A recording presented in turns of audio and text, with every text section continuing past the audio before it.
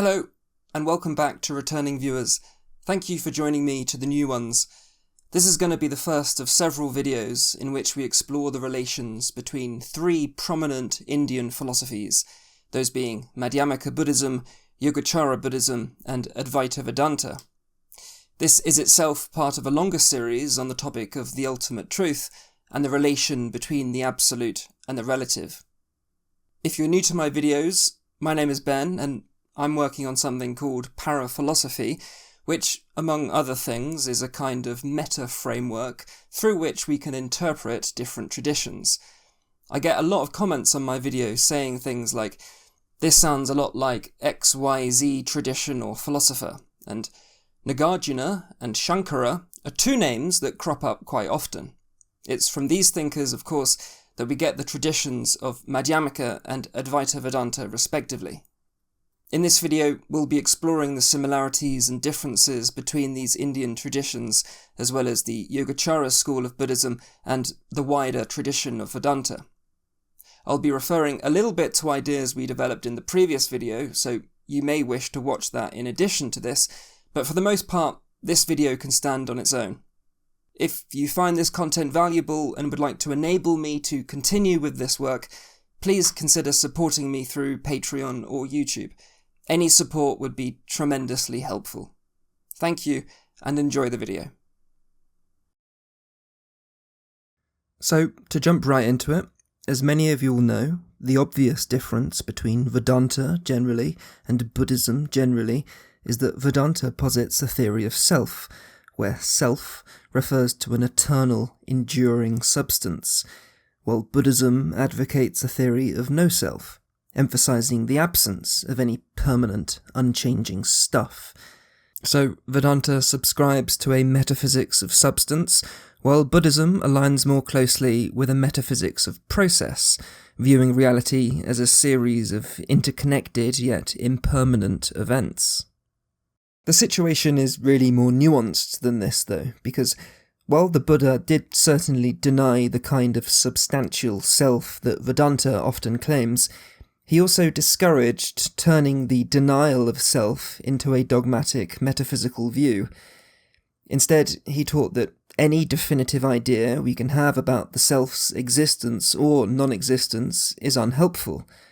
The Buddha rejected both eternalistic idealism, which posits an eternal, unchanging self, and a nihilistic materialism, which claims that there is no continuous sense of self at all. Instead, he emphasized a middle way, focusing on the impermanent and interdependent nature of all phenomena, including what we conventionally perceive as the self. It is for this reason that the early Buddhist teaching on no self is principally focused on eliminating our ordinary egoic identifications of self, and of course Vedanta also denies that such identifications constitute one's genuine self. But when questioned on metaphysical matters of ultimate reality, the Buddha famously maintained silence. Such questions were deemed to be unanswerable or inexpressible, not because the Buddha did not know the answers, but because the true nature of things cannot be grasped by conceptual thinking, and to answer with concepts would have misled many of his followers. The point of the Buddha's teaching is that anything at all which we might cling to or identify with is not a self. It is not an eternal, enduring substance or reality. Indeed, it is precisely the mental grasping at concepts which obscures the true nature of things. And so, I must provide a warning right now that the very premise of our discussion in these videos, which is the comparison of concepts like self and no self, substance and process, Atman and emptiness, is the opposite of what those concepts are designed to point towards. Even if we can solve all the intellectual dilemmas distinguishing different traditions of Indian philosophy, nothing shall be truly solved until we let go of all conceptions of being this way or that way. In both traditions, whatever reality there may be, it transcends our conceptual grasp. Now, I should say at this point that I, just as many of you, recognise an obvious connection between paraphilosophy and the Madhyamaka philosophy of Nagarjuna, who took the method of the negation of concepts to its logical conclusion in the Buddhist tradition, just as we aim to show the relativity of concepts in paraphilosophy. That is, the Madhyamaka formalization of this methodology of dismantling views on ultimate reality is similar to the methodology of paraphilosophy. The four alternatives, or Chatuskoti, represent the four categories of thought in a similar manner to the dialectical matrix. So, we can already begin to see a bit of a problem here for certain classical Vedic positions which proclaim the existence of an ultimate substance called Brahman. If Brahman is an immutable, universal, and substantial entity, then we can ascribe such concepts to Brahman, which makes the belief in this Brahman a philosophical perspective. However, in the Advaita Vedanta philosophy, Brahman refers to an indescribable, non-dual suchness beyond all mental concepts, and this would imply that Brahman is also beyond any philosophical perspective as to what itself is. And while some of the Upanishads do describe the ultimate reality in positive terms, others employ the method of negation, neti, or not this, not that, to show that all of the possible objects of consciousness are not the self. The difference between the Vedantic method of negation and the Madhyamaka method of negation is that Vedanta sees that once we remove all the content of consciousness, what we are left with is pure awareness, which is unchanging and absolute. Madhyamaka, on the other hand, refuses to reify this awareness, because any awareness we identify is always the awareness of something, meaning it never appears independently, but only in relation to the very concepts we are negating. However, this does not mean that it outright denies the existence of an absolute principle, because Madhyamaka does not equate the fact that nothing is left after we negate everything we can point to with the idea that ultimately there is just absolute nothingness. This would be a nihilistic perspective, and even if there is nothing left to grasp, we cannot deny that there is such a thing as the awareness of phenomena. And so something does appear, and there is ultimately the potential for this something to appear. That which can be negated through the Chatuskoti is always conceptual, and so we can only interpret the fact that everything can be negated as the fact that every concept of how things are, which we could cling to, can be negated and thrown away. Accordingly, if the Vedanta position frames non-dual awareness as something we can grasp, which it seems to do when it describes it as an immutable substratum underlying all appearances, then we have not negated all conceptual content. So it seems reasonable that affirming awareness as an ultimate reality is going too far, but negating awareness as if it were totally unreal is also going too far. What remains after the process of negation can only be referred to as the ungraspable, that which is beyond concepts and perspectives, the parajective and paraphilosophy. Both Madhyamaka and Advaita Vedanta are undoubtedly pointing at the paraphilosophical, but they do this in completely opposite ways. And I'm not saying by this that this means they must be compatible. We must also recognise that there is an apparent contradiction between them. I'm merely saying that the thing they are pointing at is, in a manner of speaking, the same ultimate reality, characterised in two ways. One is logical and negative, the other is experiential and positive. The ultimate truths of Madhyamaka and Advaita Vedanta are also, therefore, opposites. Sunyata, or emptiness, is the absence of any permanent stuff, and is associated with the idea that all phenomena arise only in dependence with other phenomena, while Brahman is the presence of a permanent essence underlying the multiplicity of phenomena.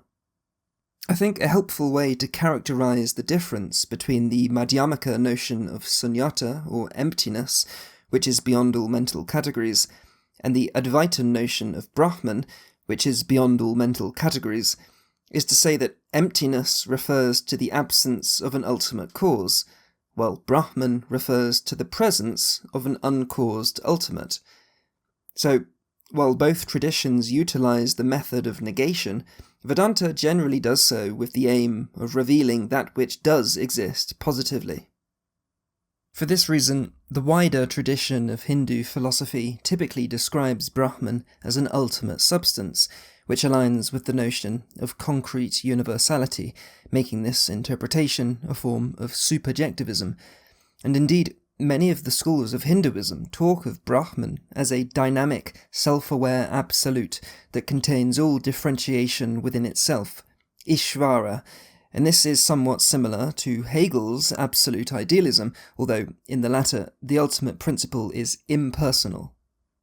Advaita Vedanta, however, could be thought of as also having strong elements of Kant's transcendental idealism, insofar as there is an objective noumenal reality that exists beyond our cognitive apparatus. The difference being that Advaita does not hold the noumenon to be entirely unknowable, just ineffable. Indeed, Brahman, which is pure awareness, is beyond the phenomenal, which is deemed an illusion. It's also worth noting Kant's assertion that we can say nothing of the noumenon in some ways mirrors the Buddha's silence in response to metaphysical questions. So, the Brahman of Vedanta largely falls into the category of superjectivism, where subjectivity and objectivity have been united. However, the Advaita tradition stretches this association to its limit, because it posits two aspects of Brahman. There is a conceptual aspect of Brahman, which is concrete universality, but there is also a non-conceptual aspect which entirely transcends the categories of understanding, and thus transcends our dialectical matrix of conceptual thought.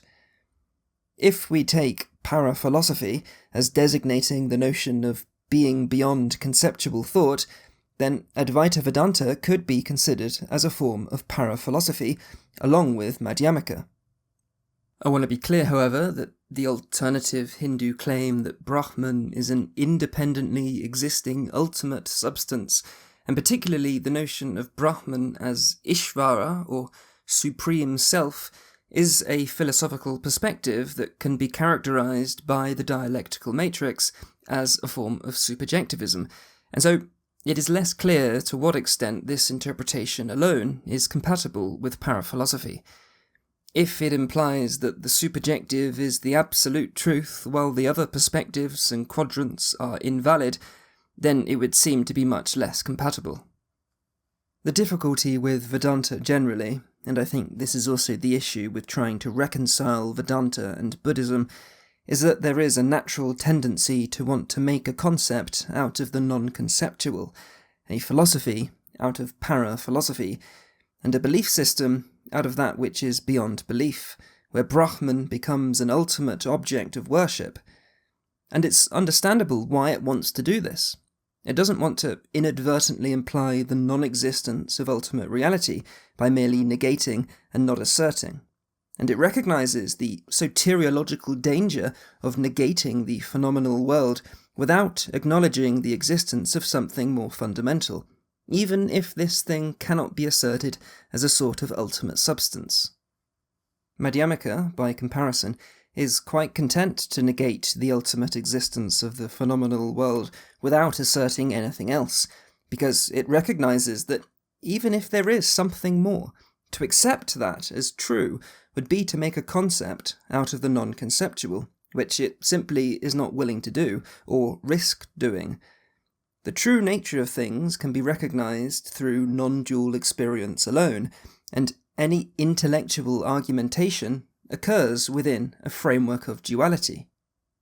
Madhyamaka is chiefly concerned with articulating how all things depend on all things, such that there is nothing anywhere which is substantial, inherently existent, or independent. Thus, while the Brahman of Vedanta is the presence of an ultimate thing, the emptiness of Buddhism is its absence. Yet, what both are pointing to is neither present nor absent, nor both nor neither, because these are just concepts. and the only ultimately true teaching that has ever been given is silence. So, I hope that helps to explain the basic difference between Madhyamaka and Vedanta. Whether this disagreement is fundamental or superficial is something we'll return to later. First, we need to recognise that Madhyamaka is not the only school of Buddhism, and it's not the only school in Mahayana. The other major tradition of Mahayana is Yogacara. Now, another name for Madhyamaka is Sunyavada, meaning the doctrine of emptiness, while another name for Yogacara is Vijnanavada, which means the doctrine of consciousness. In order for us to understand the relation between the Yogacara and the Vedantic focus on consciousness, then, we're going to first spend a moment to highlight the main differences between Madhyamaka and Yogacara Buddhism. Now, again, in a similar manner to paraphilosophy, Nagarjuna's Madhyamaka philosophy gets to work by deconstructing dualistic modes of thinking and one-sided perspectives, and it does this to emphasize the notion of emptiness, being the absence of inherent existence in all things, including itself. Yogačara's unique contribution, on the other hand, is a sort of phenomenological analysis of consciousness. It agrees with the Madhyamaka that all phenomena are empty of inherent existence, but its main concern is to emphasize the illusory nature of our perception of the distinction of subjects and objects. It therefore teaches that the truth is the world without any notion of subject-object duality, and without this duality, what remains is the interdependently originated and therefore empty appearances of consciousness. Yogacara is therefore sometimes called the consciousness-only school, which makes it sound as though it's ascribing some sort of fundamental nature or inherent existence to consciousness, but this is not really the case. Yogacara is non-dualistic in the sense that consciousness and appearances are not two different things, and so, insofar as appearances are impermanent and interdependent, the forms of consciousness, which are actually just the appearances, are also impermanent and interdependent. In other words, consciousness is a dynamic process and not an immutable substance. So the difference, as I see it, is this. Madhyamaka denies an independent ultimate reality, that which grounds appearances, leaving only the dependently originated appearances behind. But Yogacara denies the objectivity of conventional reality, the appearances within consciousness, arguing that what we take as the external world is a manifestation of consciousness. That is, what Yogacara is emphasizing is that the absence of inherent existence in phenomena is something that actually exists. It is consciousness that is empty of anything permanent. Emptiness exists in the sense that that which is empty exists, and that which is empty is consciousness. However, Yogacara does not assert that consciousness is an immutable substance or an inherently existing thing, because if consciousness was a substance, then its appearances would likewise have inherent existence, which they do not. Consciousness is precisely the dependent arising of phenomena, and the groundlessness of phenomena is simply the fact that they are dependently originated as consciousness appearing to itself. Another way to look at this would be to say that consciousness is the existence of no self, or of process, rather than the non-existence of self or substance. It is the presence of an absence, i.e., there is no self, rather than the absence of a presence, i.e., there is not self. Consciousness is not independent of phenomena, because phenomena are the interdependent and therefore empty appearances of consciousness. So Yogacara emphasizes that the negation of duality and relativity can be characterized in a more positive way, complementing the more radically negative characterization of emptiness in Madhyamaka, which is more emphatically non-implicative. And this makes sense because there is indeed such a thing as phenomenal experience, and so Emptiness is not absolute negation, but is apparent as the changing process of conscious experience. In this way, Yogacara seems to have something in common with Vedanta in its intention to focus on the positive aspect of the method of negation. However, it's also important to keep in mind that both Yogacara and Madhyamaka are aligned on the fact that neither consciousness nor phenomena have inherent existence or self-nature, because consciousness is not an independent ultimate thing, but rather the basic nature of the ever-changing web of phenomena. Alright, we'll come back to the debate between Yogacara and Madhyamaka in a little bit. Next, we're going to consider the relation between Yogacara and Vedanta. I think a helpful way to characterize the relation between the foundational consciousnesses found in Vedanta and Yogacara respectively would be to say that the ground of experience in Vedanta is pure conscious being, while the ground of experience in Yogacara is pure conscious doing. Vedanta does also recognize that there is an active aspect to Brahman, because otherwise there could not be experience, but the most fundamental level of their ontology is entirely immutable, while the most fundamental level of the Yogacara ontology is dynamic. Consciousness as a being is a substratum on which dualistic phenomena are superimposed, while consciousness as a doing, or a process, is simply the underlying true nature of dualistic phenomena, which is to say that phenomena are the transformations of this active consciousness. So, what Vedanta is basically saying is that consciousness, Brahman, is that which makes experience possible, and what Yogacara is saying is that consciousness, Vijnana, is that which makes the experienced possible, which are appearances. To put this even more simply, Vedanta says that the knowable makes knowing possible, while Yogacara says that knowing makes the knowable possible. There's an important difference. The former grounds everything in a fixed substance, being a theory of self. The latter grounds everything in a changing process, being a theory of no-self.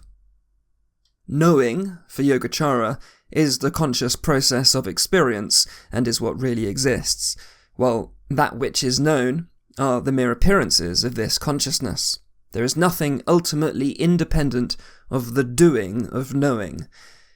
The Yogacara ground of reality is therefore a dynamic, intentional consciousness which exists only through its representations and is therefore not an independent ultimate substratum like Brahman. Nevertheless, both traditions recognize two ways to talk of reality.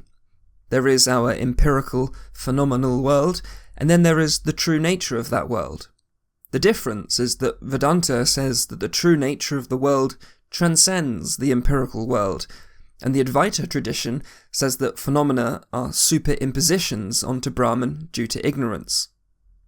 But Yogacara says that the true nature of the world and the empirical world are totally interfused. There is really just one domain of reality that can either be perceived accurately and wisely, as the transformations of consciousness, or falsely and ignorantly, as a duality of subjects and objects. It is the false notion of objectivity which leads to subject-object duality, and this duality exists within non-dual consciousness. So while both Advaita Vedanta and Yogacara talk of the world as an illusion, they do so in slightly different ways. For Yogacara, the world is an appearance of consciousness, and so things do exist as appearances of consciousness. They just don't exist as independent objects and subjects. For Advaita Vedanta, the world is an illusion due to ignorance, and can ultimately be called neither real nor unreal as an illusion, because the illusion is just ignorance of reality. In this way, Advaita Vedanta is not making the claim that consciousness and phenomena are non-dual in a relational or phenomenological sense, because this would imply a unifying relation between consciousness and phenomena that is not real and is not needed. In other words, it's not that consciousness and phenomena are really the same thing, but that there were never any phenomena to begin with. Any epistemic notion of non-duality is not helpful, because only Brahman is ultimately real, and so Advaita Vedanta is a form of absolute monism. Really, all forms of Vedanta are absolute monisms, but not all of them are quite as radical in denying multiplicity as Advaita. Conversely, Yogacara is non-dualistic in a more phenomenological sense, because what it's saying is precisely that there is no duality between phenomena and consciousness. There is just phenomenal consciousness. The term non-dual is quite literal in Advaita Vedanta.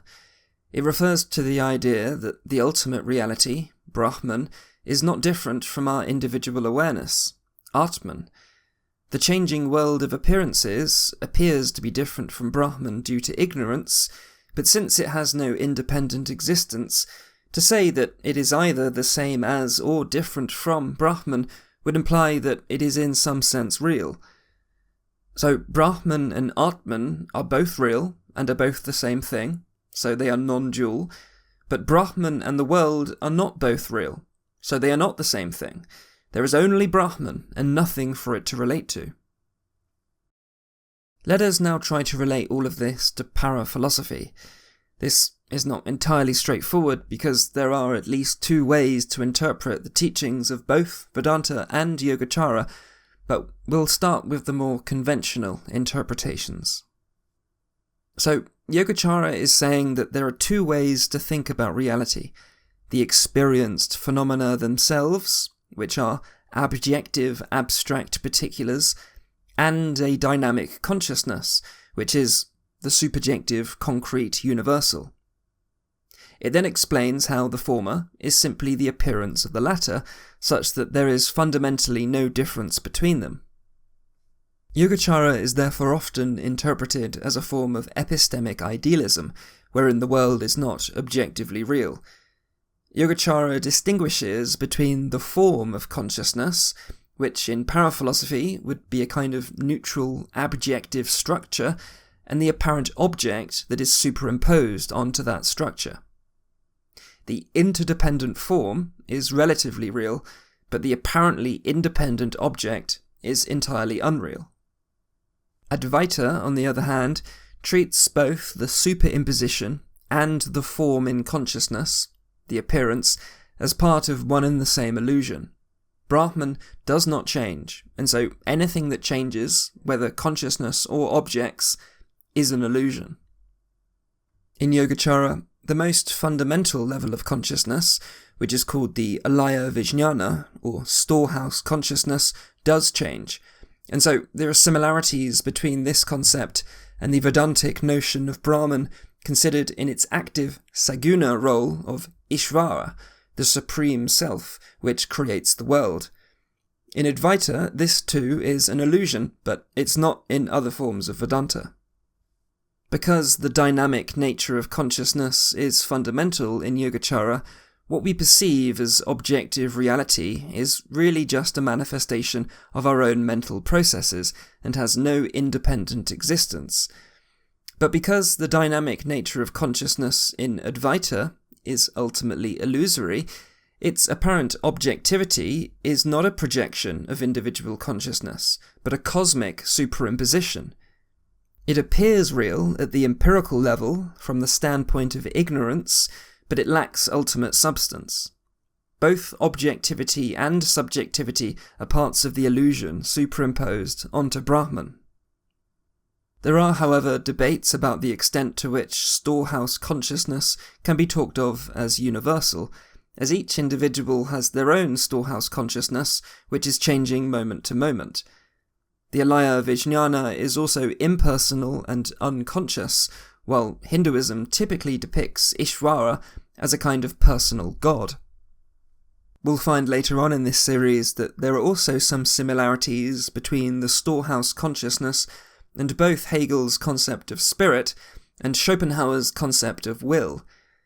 That is because the storehouse consciousness contains the seeds of karma, which are sustained by the afflictions of knowledge of the ego and attachment to the ego, which relate to the human drives of reason and emotion, and to what I have elsewhere termed righteousness and pleasure.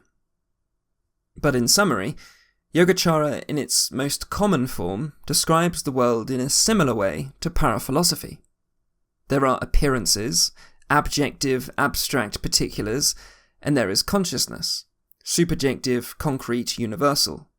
And while these are separable at the conventional level, the goal of spiritual practice is to realize their non-duality. Moving over to Vedanta, the early Upanishads describe phenomena as the playful emanation of Brahman, and in this view, Brahman has a dual aspect, a pure, unchanging aspect as the eternal witness, and a dynamic aspect manifesting as the changing appearances of the world. This bears some resemblance to Yogacara, where phenomena are seen as the transforming appearances of consciousness. However, the key difference is that the Upanishads describe phenomena as dependent on, but not identical to, consciousness. Yogacara and Vedanta can be viewed as similar philosophies with opposite emphases, since both describe the interplay of the flux of appearances and consciousness. If we interpret Yogacara as denying that consciousness is in any sense absolute or universal, then it is leaning a little more towards abjectivism, where reality is composed basically of appearances, albeit conscious appearances, making Yogacara a kind of idealistic pluralism.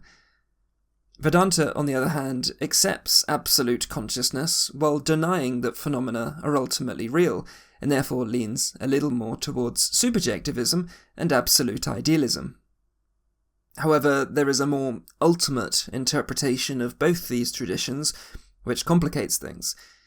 In later Upanishads, such as the Mandukya Upanishad, the concept of the world as Maya, or illusion, becomes more prominent compared to the earlier notion of Leela, or divine play. This view was of course developed further in Adi Shankara's Advaita philosophy, which asserts that Brahman is beyond perspectives and attributes altogether, which means it would be improper to isolate Brahman to the superjectivist perspective. Brahman must be beyond the dialectical matrix and be related to the parajective, with the changing aspect of Brahman, along with all other perspectives, being Maya, an illusory superimposition onto the unchanging reality of Brahman. And on the Yogacara side, the buck does not stop with the alaya-vijnana, because even the storehouse consciousness is a conditioned phenomenon that is transcended upon awakening. The storehouse consciousness is the dynamic substratum of illusion, and is therefore the fundamental element only of illusion, and of the false sense of self. It is dependent and empty. Jnana is the Sanskrit word for non-dual wisdom, and in Buddhism this is what is revealed when the alaya-vijnana is purified. It is not a dualistic consciousness, but a pure awareness beyond concepts. It is referred to as tathata, or suchness, and is the pure immediacy of experience which cannot be spoken of at all. To speak of it is to conceptualize it, and suchness is empty of concepts. Suchness in Yogacara is therefore connected to emptiness in Madhyamaka, the major difference being that while emptiness is framed as the purely negative absence of an ultimate essence, suchness is framed as the positive, luminous quality of awareness. However, both are ultimately beyond conceptualization, and so both the negative emphasis and the positive emphasis are only valid conventionally. Ultimately, neither of these capture the true nature of reality. Suchness is what remains when the illusion is gone, not as a hidden reality, but as the true nature of appearance, without the superimposition of concepts. It is therefore not something separate from appearances, so it's not taken as an independent, absolute principle like Brahman, but it's also not dependent on them, since they're not ultimately real.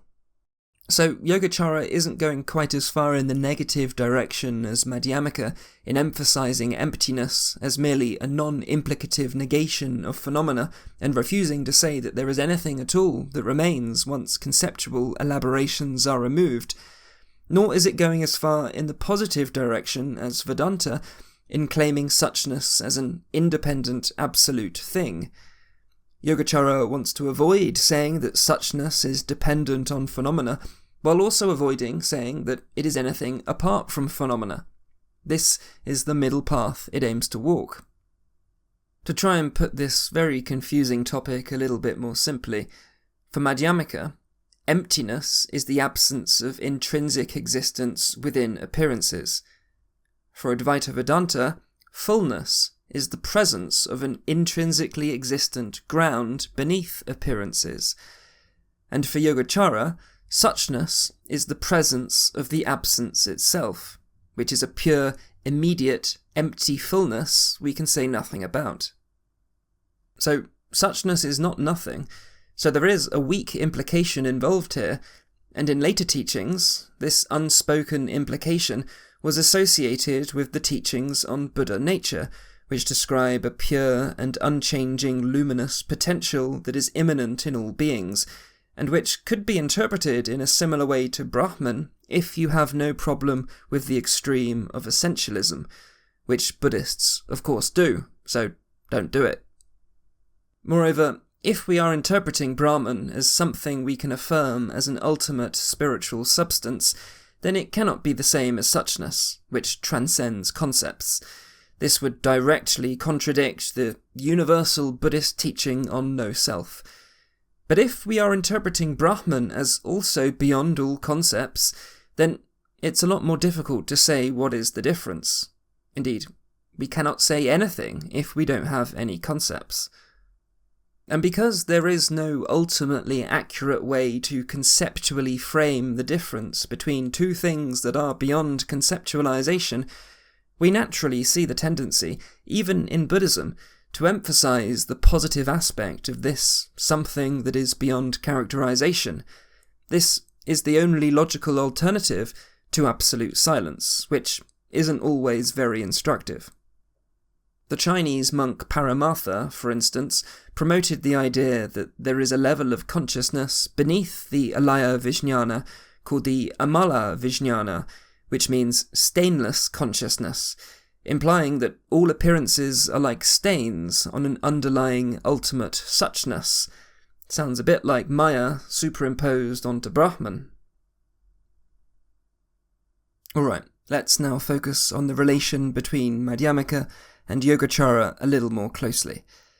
The main difference between these schools, as we have seen, is how they characterize the concept of emptiness. For Madhyamaka, emptiness is the absence of intrinsic existence. For Yogacara, emptiness is the absence of subject-object duality.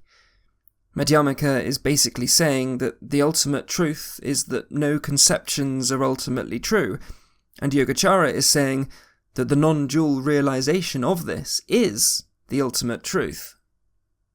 To put this another way, Madhyamaka is explicitly saying that the ultimate reality is an absence of presence of intrinsic existence, that nothing has intrinsic existence, while Yogacara is implicitly saying that the ultimate reality is the presence of the absence of intrinsic existence, that emptiness has extrinsic existence.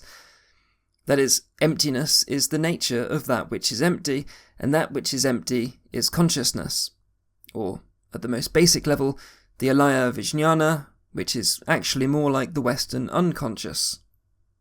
This is not a perfect analogy, but if we were to try and express the relation between Madhyamaka and Yogacara in paraphilosophical terms, we might say that both Madhyamaka and Yogacara acknowledge the interdependence of the quadrants of the dialectical matrix. But while Madhyamaka emphasizes the ultimate untruth of the matrix, calling us to reject it in favour of that which is beyond perspective, the parajective, Yogacara emphasizes that the relative truth of the quadrants of the matrix all appear within consciousness, calling us to recognize consciousness without its function of categorization, a bit like the panjective. I think both traditions recognize that there is no difference between the parajective and the panjective, they're just emphasizing different things.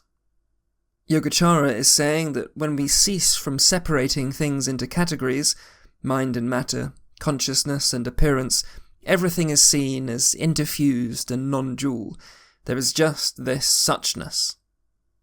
Madhyamaka is simply going a little bit further in this exercise by critically stripping away the subjective experience of suchness, reminding us that this too is empty of intrinsic existence.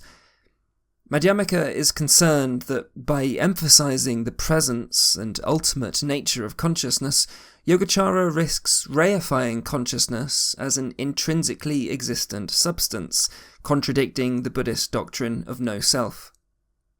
Interestingly, the criticism that Adi Shankara makes of Yogacara from the Advaita perspective is that Yogacara risks annihilating reality as a discontinuous process.